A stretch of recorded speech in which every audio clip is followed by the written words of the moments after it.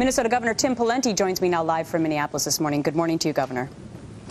Good morning, Gretchen. So let's take a look at what Joe Biden said over the weekend when he was out in Seattle. He basically said that if Obama is elected, within 6 months there will be some sort of an international incident because international leaders, I guess, will see it fit to do something against the U.S. How did you take these comments?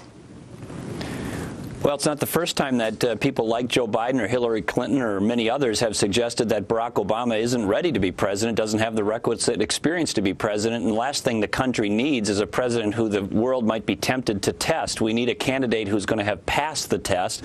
John McCain is respected around the world because of his national security, military, and foreign affairs experience. The country is struggling economically and in many other ways, and we don't need the added pressure of some sort of invitation or temptation by others to see that kind of weakness. And this is not coming from me or from somebody on our side. This is coming from his own vice presidential candidate, Joe Biden, who repeatedly has suggested Barack Obama's not ready. Well, he did, at least when he was one of his competitors and they were debating against one another. So do you think that it's just still in his mindset that he would say something like this? Well, I think Senator Biden is sometimes, makes a lot of interesting comments. But you see the situation, for example, in Georgia or the Ukraine. Could be temptations by other countries to say, look, maybe this is a time where we test this new president or potential new president. And that kind of temptation wouldn't be as high, in my opinion, if you had a seasoned, experienced, known commodity, steady head on the throttle like John McCain. You know, the interesting thing, Governor, is that when you look at the polls, you obviously see that Barack Obama is leading in many of these swing states. But then when you look at the question of experience, John McCain, who do the people trust? John McCain ahead by as much as 20 points with that question. But will the American public care about that question when they go to the polls with the economy in the state that it is?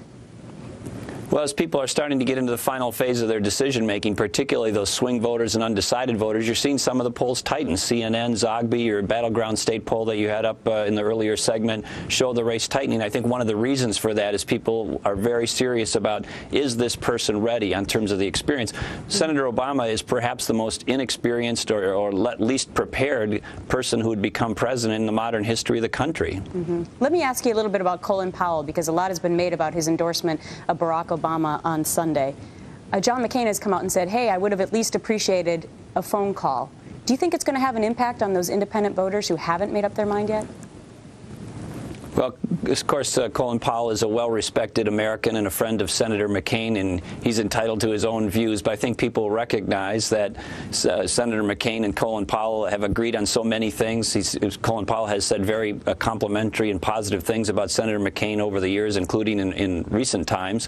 And so I think people make up their own minds. They don't decide because somebody else tells them how to vote. All right.